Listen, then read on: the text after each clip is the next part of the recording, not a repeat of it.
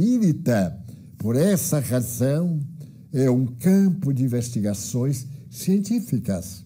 A mediunidade, tida como o maravilhoso, o sobrenatural, nada mais é do que um fenômeno orgânico. Esse mesmo fenômeno orgânico do desdobramento psicológico da personalidade. Esse mesmo fenômeno orgânico que faz pulsar o coração para irrigar o corpo com o oxigênio, com o sangue. Então, este mesmo psiquismo, este espírito é constituído de uma energia especial que provém do Pai e é a Ele semelhante pela origem, porque nós somos filhos da luz. E Jesus diz: eu sou a luz do mundo. O nosso irmão, sol de primeira grandeza, vem ter conosco para nos ensinar a que brilhem as nossas possibilidades íncitas no ser que somos, através de todos os trabalhos e ações do campo orgânico que projetamos. Dessa forma, repassemos esse pensamento grandioso da doutrina espírita através da mediunidade, não como um fenômeno sobrenatural, como um dom, uma graça, um privilégio, mas como uma lei que era desconhecida, como a lei da gravidade, como a energia de Hertz, como qualquer campo de Rutherford, ou de quem quer que seja, no seu tempo próprio foram descobertas essas potências da alma, que sempre existiram. Basta que nós meditemos um pouco e abramos a história em qualquer página e vemos os Nostradamus, os grandes e sensitivos aparelhos do mundo espiritual, captando ondas e decodificando-as, estabelecendo leis de profecias, antecipando conhecimentos, porque estão no futuro, evocando conhecimentos, porque estão no passado. Portanto, a mente transcende a dimensão de espaço-tempo para poder demonstrar a grandeza da própria energia que constitui o universo. Então, nós vemos a mediunidade abençoando o mundo. E hoje, principalmente, recordamos dos grandes médiuns de ontem, os grandes médiuns de hoje. E narrarei uma experiência muito curiosa. Eu tive a ocasião de ler a primeira obra da médium Ivone do Amaral Pereira, logo quando foi projetada ou foi impressa pela Federação Espírita Brasileira por volta de 1955, 56. Era uma obra singela, mas encantadora. Essa obra tocou-nos a todos os espíritas da época, porque vinha mais um médium para estar ao lado de Chico Xavier, mandando-nos uma literatura notável.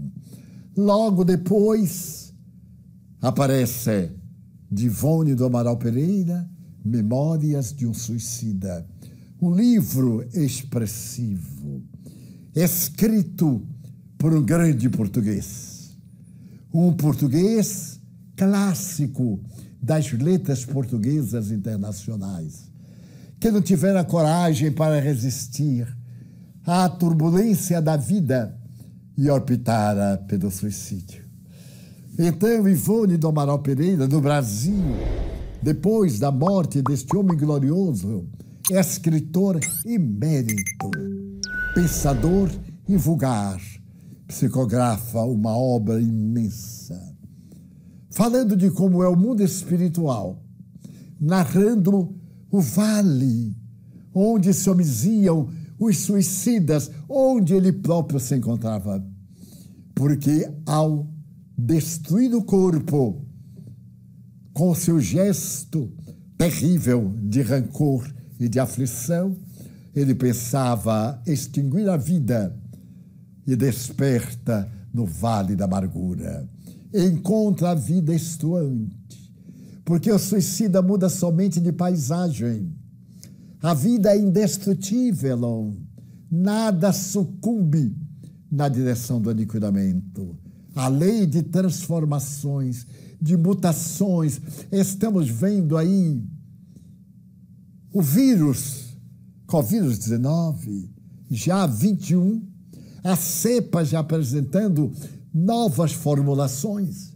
Ao invés de extinguir-se, ele está multiplicando-se, está vivendo outras feições inesperadas, mas muito comum dos vírus. Então, Ivone Pereira apresenta o livro e a Federação Espírita Brasileira, através do seu presidente, Dr. Antônio Vantuil de Freitas, substitui o nome do autor, que deveria ter familiares, descendentes em Portugal, para não sensibilizar ou não expor o seu nome, a sua memória a um pensamento filosófico, talvez não aceito pela família, e resolve colocar o nome imaginário, um pseudônimo, qual aconteceu com Allan Kardec. E o livro bate recordes de vendas, de explicações, abala a humanidade terrestre, que teve desejo de lê-lo. Nesse período, 1957, eu me encontrava em Belo Horizonte, proferindo uma série de conferências na Semana Santa e falando pela primeira vez na televisão daquela cidade, que nos houvera convidado para uma entrevista. Com a família que me hospedava, eu tive a alegria imensa de ser convidado para visitar essa médium que agora nos convidava a reflexões profundas. Solteira, costureira, ela residia em Belo Horizonte, no bairro da Piedade. Então nós fomos, o senhor Abreu, dona Dolores das Canetas, da Avenida Afonso Pena, da capital mineira, e fomos. Quando nós chegamos, tocamos a campainha e veio uma senhora com o braço engessado, simpática. Nunca me tinha visto e creio que também ao casal que me levava. Mas que bom receber visitas. Abre a porta, o portão da entrada e diz: olha, me desculpem, eu estou com esse braço praticamente inutilizado, está em gesso, porque eu fui vítima de uma perseguição espiritual muito grave. Depois de publicar o livro Memórias do Suicida, eu tenho pago um preço terrível, porque os adversários da luz, os espíritos maus que se comprazem nas obsessões, têm me feito um cerco de tal natureza que eu estou quase imobilizada, sem poder trabalhar para ganhar o pão. E há 2 dias, aqui mesmo neste portão, empurraram-me, espíritos, empurraram-me, utilizaram-se da sua energia, do seu campo vibratório, e empurraram-na. Ela caiu e fraturou o braço. E disse: mas nada me impede de continuar fiel aos desígnios divinos. Eu estava encantado. Era jovem, tinha 30 anos apenas. Então olhei para aquela senhora veneranda e ela perguntou: você é quem? Eu disse: eu sou Divaldo Franco. Sou da Bahia, eu resido em Salvador. E ela, muito gentilmente, nos convidou a entrar. E então o senhor Abreu disse-lhe: hoje é uma sexta-feira, nós teremos reuniões com o nosso querido Chico Xavier em Pedro Leopoldo. E a viagem daqui até lá de automóvel é no máximo de 1h, 45 minutos. Eu venho convidá-la, se a senhora gostaria de estar hoje com o nosso venerando apóstolo. Ela se comoveu e disse: mas eu tenho pelo Chico Xavier, 1957, um carinho, um respeito, uma admiração tão grandes que para mim seria uma bênção, ainda mais agora que estou sofrendo muito, poder conversar com ele. Dialogamos, combinamos e assinalamos que às 18 horas ali passaríamos para levá-la ao grande médium de Pedro Leopoldo. Assim foi feito. E quando nós chegamos, como sempre, cercado de visitantes, de necessitados, de aflitos de ambos os lados, Chico Xavier desincumbiu-se da reunião. Eram 2 horas da madrugada. Ele começara às 8, 8h30. Então podemos ver a capacidade deste homem de escrever das 8h30 até 2 horas da madrugada sem parar. Muito bem. Ele se nos acercou, já nos conhecíamos desde 1948, conversamos muito, e ele disse: Ivone, mas é um prazer imenso encontrá-la no corpo carnal. Porque nós já somos amigos, já nos encontramos muito no Vale dos Suicidas. Já estivemos com a Legião de Maria no Mais Além. E já fizemos parte do grupo que recolhe espíritos infelizes das áreas em que ficam, resgatando o erro terrível do suicídio. Eu quero lhe dar um recado do espírito André Luiz. André Luiz disse-me que Memórias de um Suicida pode ser considerado no gênero a maior obra que se escreveu nos últimos 50 anos e que se escreverá nos próximos 50 anos. É que vale dizer, calculei, que naquele período de um século, uma das obras mais significativas que o mundo espiritual trouxe para poder descrever a vida foi Memórias de um Suicida. Esse livro sobre o suicídio. Já tínhamos outras obras, já tínhamos na Federação Espírita Brasileira uma obra extraordinária a respeito do suicídio. Já tínhamos na Inglaterra, através de um pastor protestante, outra obra fantástica sobre o suicídio. Mas Memórias de um Suicídio narra com detalhes o mundo espiritual. É claro que muitas pessoas, alguns confrades mesmos, deixaram-se dominar pela dúvida, apresentaram críticas. Aliás, sempre é muito oportuno, porque dá ensejo de nós trabalharmos o pensamento. Nosso pensamento é racional. Então, nós temos o direito de duvidar ou de não duvidar, sem afetar absolutamente a base, a raiz, que é a crença na imortalidade e na comunicabilidade dos espíritos. E ele abraçou-a em lágrimas e disse-lhe: Ivone, eu me sensibilizo, porque os espíritos do mal irão cobrar de você muito, e muito sofrimento você irá experimentar. A começar pelo braço, ele não sabia de nada, a começar pelo braço, e se distenderão os sofrimentos, mas você é valorosa, você é médium cristã, você nasceu para servir, você se comprometeu no mais além a dedicar a sua mediunidade ao trabalho de nosso Senhor Jesus Cristo.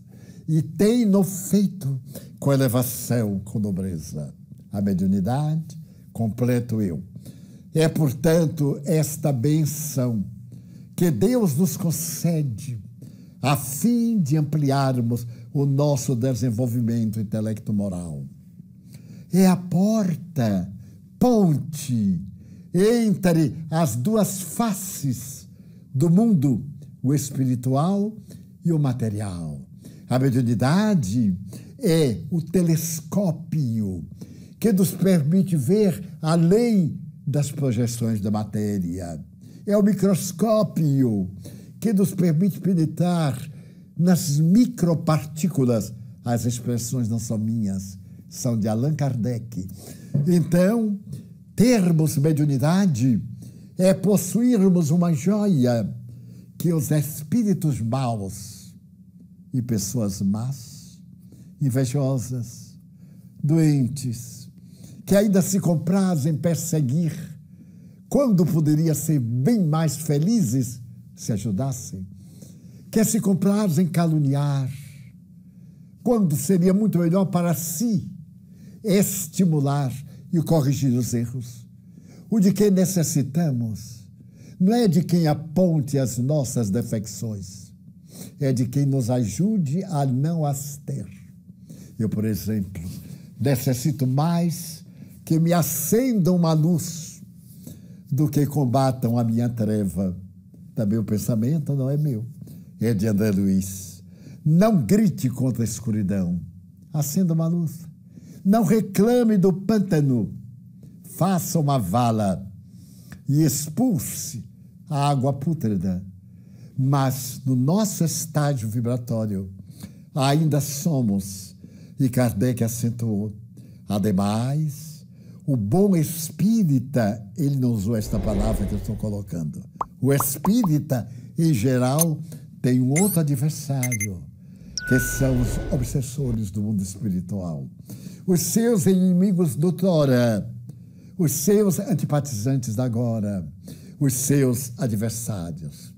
Fazendo parênteses, eu me recordo que estava atendendo um jovem, faz muitos anos, que tinha grave problema na área sexual. Naquele tempo, seu problema era visto como uma gravidade, o que era um fenômeno normal, biológico, era então repudiado.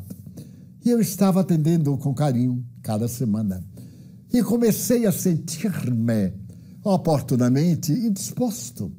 Quando eu via o jovem, eu sentia uma recusa interior, inconsciente. E me surpreendeu, porque isto violentava o meu temperamento. Não sou temperamento combativo, não me interessa. Sou combativo no sentido, eu não cedo espaço. No ideal espírita até a morte. Nada. Me pode mudar. É o meu compromisso de vida. E então eu comecei a pensar que não era uma atitude cristã. E aquilo não era eu. Então, depois de muito reflexionar e concentrar-me, eu descobri que era um espírito que o obsidiava. E num diálogo eu disse ao espírito, mas você não tem nada contra mim. Sequer nos conhecemos. Por que você está me criando embaraços? Eu disse, por uma razão muito boa, Divaldo. Eu morava numa ilha com um escravo muito bom, que fazia tudo o que eu quero e que me comprazia. De repente, apareceu uma ponte entre a ilha e o continente. E chamou meu escravo, alguém chamou. E ele deixou-me cá na ilha, e começou a correr. E eu perdi. Tentei fazê-lo retornar. Então eu fiquei com raiva de que estava tomando de mim. Era você. Então, para poder tê-lo de volta, eu teria que o destruir. Então eu estou contra você. Eu achei notável essa experiência humana. E ele disse, mas a mim eu creio que você não vai alcançar, porque eu tenho o hábito da prece que o meu jovem não tem. Eu tenho o hábito da meditação. Eu sou médium de atividades doutrinárias e os bons espíritos me defendem. E, por fim, a história do jovem foi resolvida. Ele reencarnou através do próprio jovem 5 anos mais tarde. Hoje, aquele jovem já é um senhor de idade, ainda é meu amigo, frequenta a nossa casa. Sua família querida, ele está agora na fase do bisavô. Tudo isso são bênçãos da mediunidade. Então eu percebi a missão dos médiuns, a missão do bem. Nem sempre o bem é recebido. Muitas vezes somos perseguidos porque não estamos na linha de frente dos maus, porque não fazemos coro à desordem, à indignidade, à vileza moral. Então nos detestam. Há pessoas que são detestadas porque são belas, são cultas, são ricas, são agradáveis, e outras que, apesar de não serem estéticas, não serem Apolo de Belvedere, nem Vênus de Milos, são feias, também são detestadas, porque é o sentimento mais próximo do primarismo do que o amor, do que a compreensão e outros valores. Então, voltemos a Dona Ivone. Ela disse, mas Chico, será que o Senhor da vida ainda me vai premiar com muitas dores? Ele diz, vai, minha filha.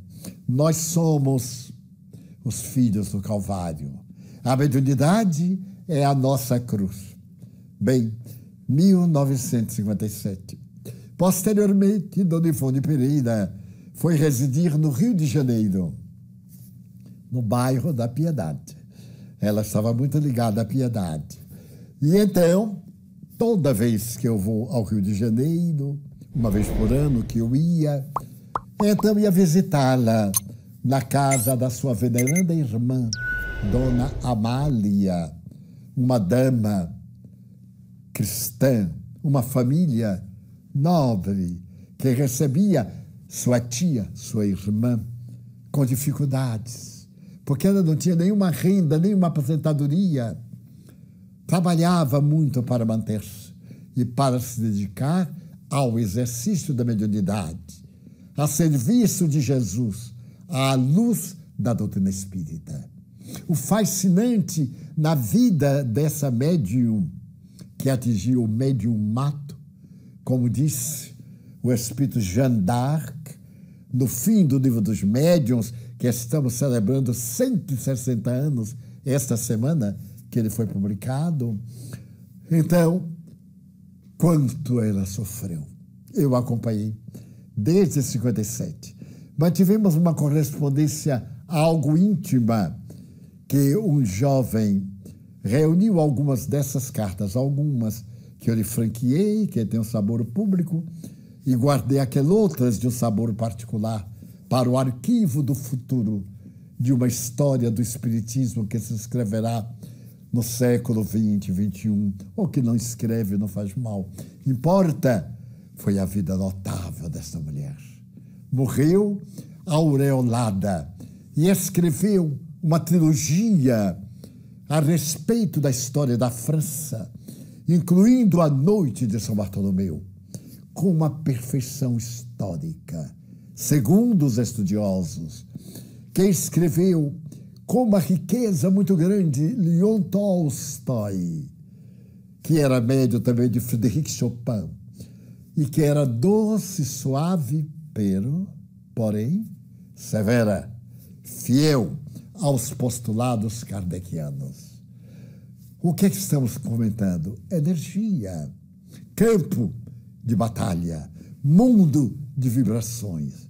O Espírito Emmanuel, numa bela página psicografada por Chico Xavier, diz: neste mundo de ideias, de energia, de batalhas, de pensamento, estamos nós, os Espíritos do Senhor, construindo um mundo novo e convocando-vos a todos vós para a batalha da solidariedade, para as batalhas do amor.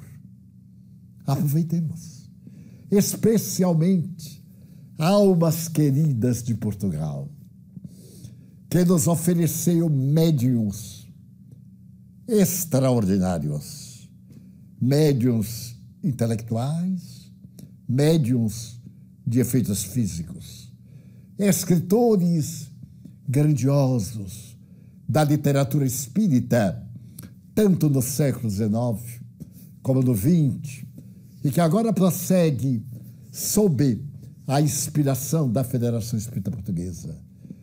Almas queridas do pequeno Portugal, como dizem as crianças. Este é o nosso momento de dedicar a mediunidade, o conhecimento espírita, o conhecimento intelectual a respeito de ondas de ideias e vibrações a serviço da humanidade. Evocar o livro dos médiuns, este manancial de orientações técnicas que combate a impostura, que esclarece tudo aquilo de que temos necessidade. Uma obra de ciência transpessoal, ciência paranormal. Escrito há 160 anos, as obras que eles cederam na metapsíquica, na parapsicologia, não dizem nada de novo.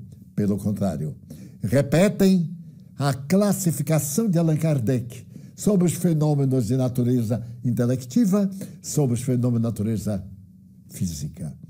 Então, utilizemos-nos desses recursos valiosos para construir a era nova depois que passarmos esses tormentosos dias.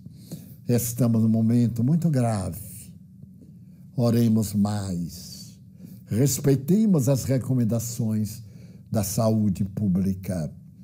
Tenhamos cuidado com a mente para não agasalharmos vírus psíquicos que trabalhem contra a nossa imunidade.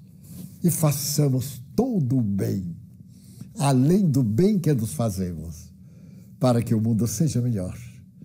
E o Mestre de Nazaré possa estender mãos generosas e nos afague e diga: vinde a mim, todos vós, eu vos consolarei.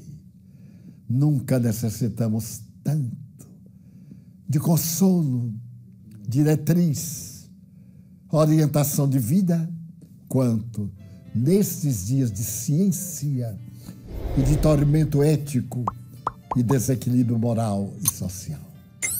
Pela sua atenção, pelo cuidado da Federação Espírita Portuguesa, muito obrigado. Senhor, eu gostaria de ser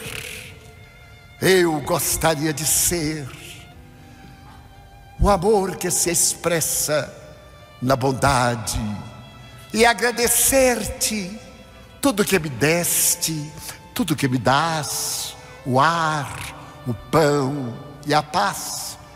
Dizer-te da minha gratidão pelos olhos que eu contemplo a natureza, a terra e a sua beleza, as flores em todas as cores. Muito obrigado, Senhor, porque eu posso enxergar. Porém, diante da minha visão, eu percebo os invidentes que caminham na escuridão, que tropeçam na solidão, que choram na multidão. E por eles eu rogo com miseração, porque eu sei que depois desta vida, na outra lida, eles também enxergarão. Muito obrigado, Senhor, pelos ouvidos meus, que me foram dados por Deus, ouvidos que ouvem o tamborilar da chuva no telheiro, a melodia do vento nos ramos do ormeiro, e as lágrimas que vertem os olhos do mundo inteiro. Ouvidos que ouvem a música do povo que desce do morro na praça a cantar, a melodia dos imortais que ouvimos uma vez e não esquecemos nunca mais.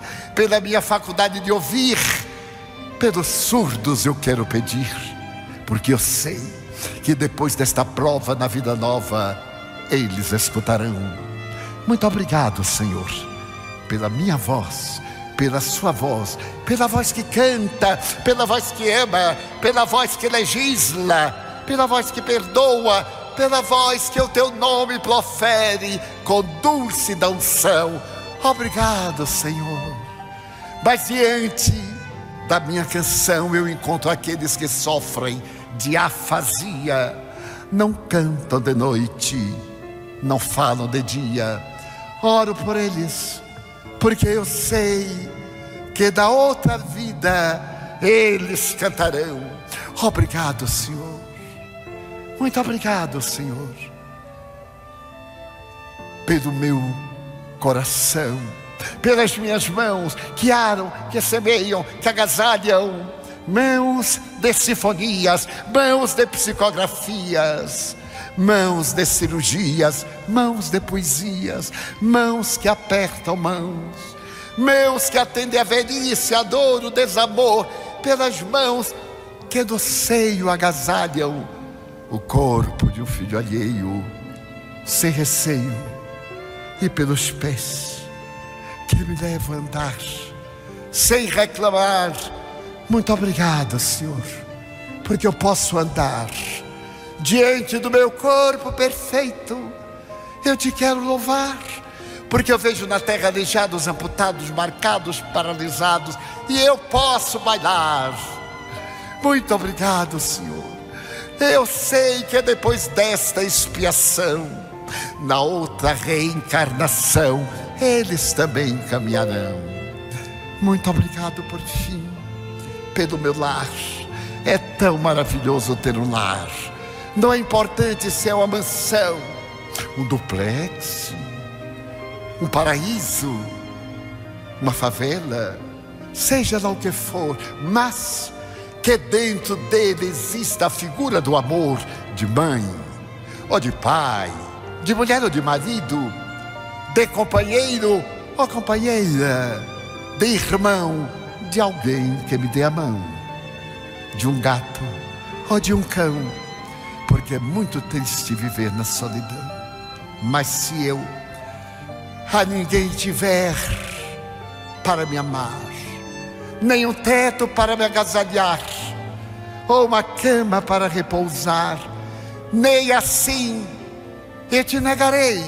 Pelo contrário, te direi: obrigado, Senhor, porque eu nasci. Obrigado, Senhor, porque eu creio em Ti, pelo Teu amor. Obrigado, Senhor, pela Sua atenção. Muito obrigado, senhores.